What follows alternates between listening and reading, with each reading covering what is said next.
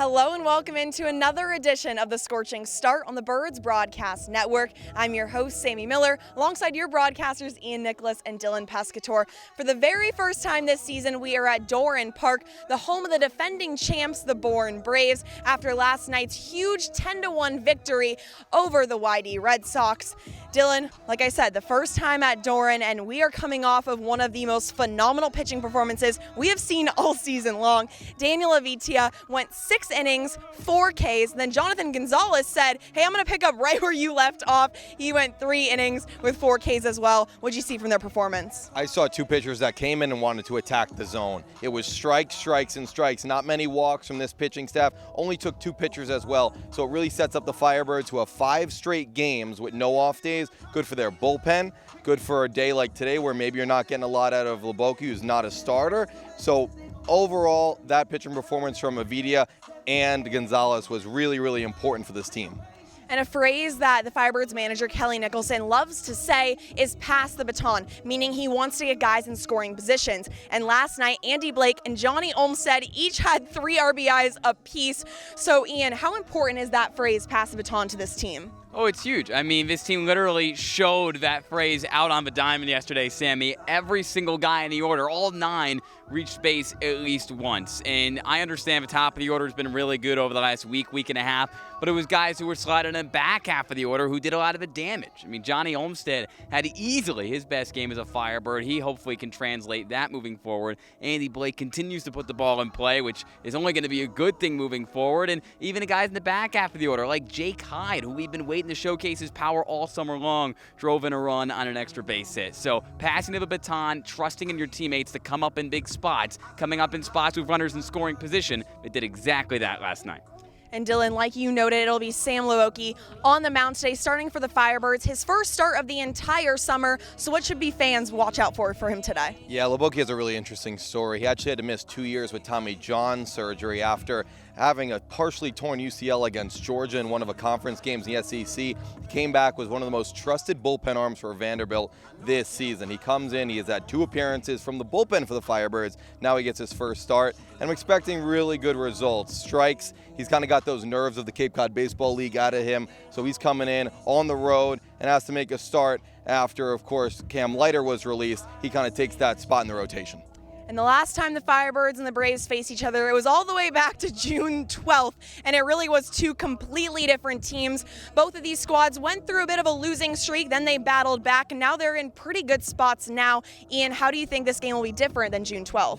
Oh, I mean, the Bourne team that you saw at home just 3 games into the season is absolutely nothing like the Bourne team you'll see now. That's the beauty of summer ball. It takes a while to get those premier, big program players in. There's not here for one reason or another. A lot of them were playing big baseball games in NCAA tournament play. But now that Scott Landers has his whole crew, this team is arguably the most talented in the West Division. So Orleans was able to get by in the first game because Bourne just didn't have it offensively. They scored just 3 runs, and the Birds used a 3-run blast from Johnny Olmstead to power past the Braves. So hopefully that stays the same, right? Hopefully Olmstead can continue the hot streak from last night. Orleans, a very similar roster, just playing a lot better baseball. Bourne, completely different squad. And the Braves, they're known to have some big bats in their lineup. So, Dylan, the question is, which bat should we be watching out for today? Yeah, you got to watch out for Derek Bender. We've heard him all across the Cape. He's been on every social media site. However, he is in a little bit of a down streak. 1 for his last 12, and I think that's something that the Firebirds can definitely attack. If you get him out, kind of work your way through that lineup, and if Leboki can focus on him, then go 1 through 9, I think they'll have a lot of success, and the pitching for the Firebirds has been good all season. And you guys already know I need the keys to the game. Ian, what's your key? I'll take pass the baton. When I mean pass the baton, I mean walk. You walked double-digit times last night, which is why you scored double-digit runs against the best team in the East Division. I know there's not always going to be the opportunity to get on base with, 4 balls, but if the opportunity presents itself, don't take unnecessary swings. Stay patient. Don't expand the zone. Pass the baton to the next guy.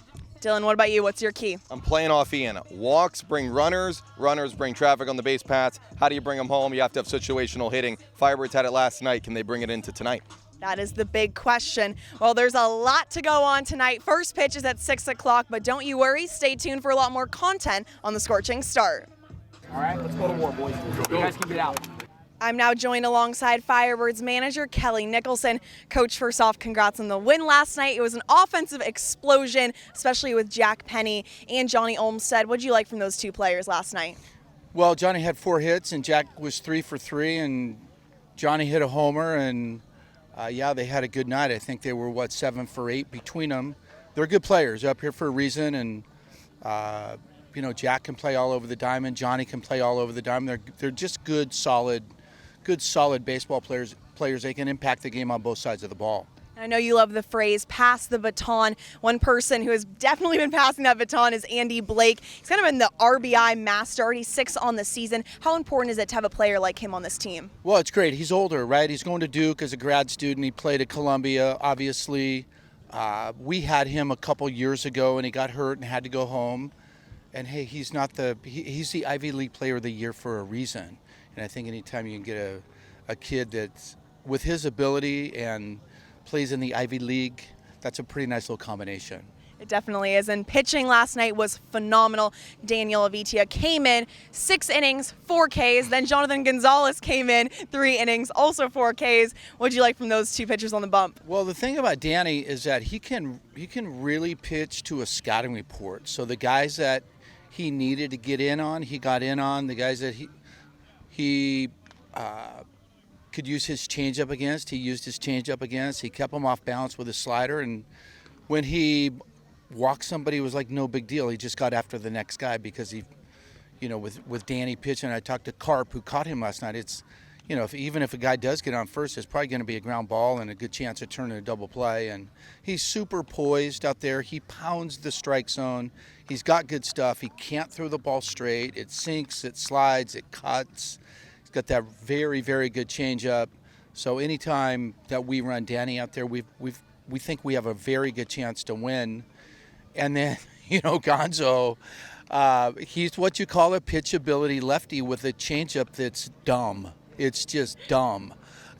There were times in the game I would turn to Jim Lawler and say, what is he throwing? And that changeup, it profiles as a screwball. And you don't see that very often. And he can get in on right-handers at 88 to 90, and he's good, man. He's good. He's a sneaky lefty, and, he threw the ball really well last night. He definitely did. And today is the first day of July. So hard to believe, but is there any points of emphasis moving forward in this month for this team? Well, I think what we want to emphasize, it's going fast. The clock's ticking, and we've been here a month, and in a month, it's going to be the playoffs, and then you're going to be home, and appreciate every day, because I think when you go back to school and you're in that routine and you're in study hall and you're in the weight room and you go into class and doing individuals, it's not quite the same as playing on the Cape. So just enjoy every day. Clock's ticking, it's moving fast, and pretty soon I'm going to be back with freshmen teaching the quadratic formula, and so I miss these guys who are back. I love Loyola, but man, there's nothing like being with college guys on baseball. So. Well, thank you so much, Coach, and good luck tonight. You bet. Thank you, Sammy. Hey, set the tone, boys. I'm now joined alongside GCU's right-handed pitcher, Daniel Avitia. First off, congrats on the win last night. And you had a very good start, a nice 1-2-3. How does that help your confidence moving forward for the rest of the game? Helps me a lot. Just getting outs early on helps me for the long run in 6th or 7th innings. Get to be out there longer. And you had a hot start and didn't really cool down. You went 6 innings with 4 Ks. How were you feeling on the mound? I was feeling pretty good. All my pitches were feeling good. Slider was working better than usual. Fastball felt pretty good, so I was just felt overall pretty good out the mound. And last night I talked to a lot of the players, and they said it's so amazing when there's a starter like you. It kind of takes the pressure off of them. So how does it feel on the other side of it, being able to take that pressure off those position players? Feels good. I just try to go out there and do my best for the team and just try to be efficient for them, try to be as quick as possible. That's the way I like to go on the mound, and I know they love it too, so just try to be good for them, I guess. And how important is it for a player like Jonathan Gonzalez to come in, and you guys really were able to save your bullpen because he came in and took the last 3? Jonathan's great. Kid has a disgusting changeup. His fastball's up there, so, he's just like me, just throws strikes and gets out. And so far this season, you've had 19 innings with 19 Ks. How fun has it been out here just playing with Orleans, playing with these guys? It's been really fun. I've enjoyed it a lot. I like everything about this place. I'd like to come back next year, but we'll see about that. And then, Yeah, I just love it out here. And has your brother David seen any of your games so far? Shoot, I don't even know. I haven't talked to him in a while.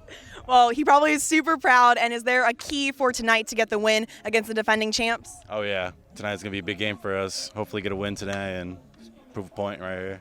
Well, thank you so much and good luck tonight. Thank you.